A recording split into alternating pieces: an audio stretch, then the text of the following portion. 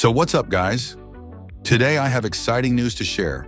Instagram just announced a new editor for mobile platform, both iOS and Android. They're directly competing with CapCut and other editors in the market. It's not released yet, but they have mentioned some features of the app. By the way, the app is called Edits, as you can see in the image.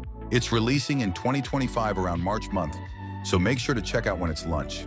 Here are the features: export your videos with no watermark and share to any platform. Keep track of all your drafts and videos in one place. Capture high-quality clips up to 10 minutes long. Easily share to Instagram in 1080p quality edits. Create and edit with powerful tools such as edit in single-frame precision. Get the look you want with camera settings for resolution, frame rate, and dynamic range, plus upgraded flash and zoom controls. Bring images to life with AL animation. Change up background with green screen or add a video overlay.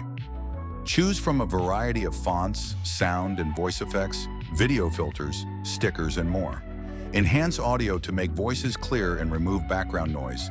Generate captions automatically and customize how they appear in your video.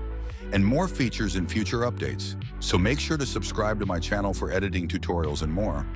I see you in the next video. Until take care.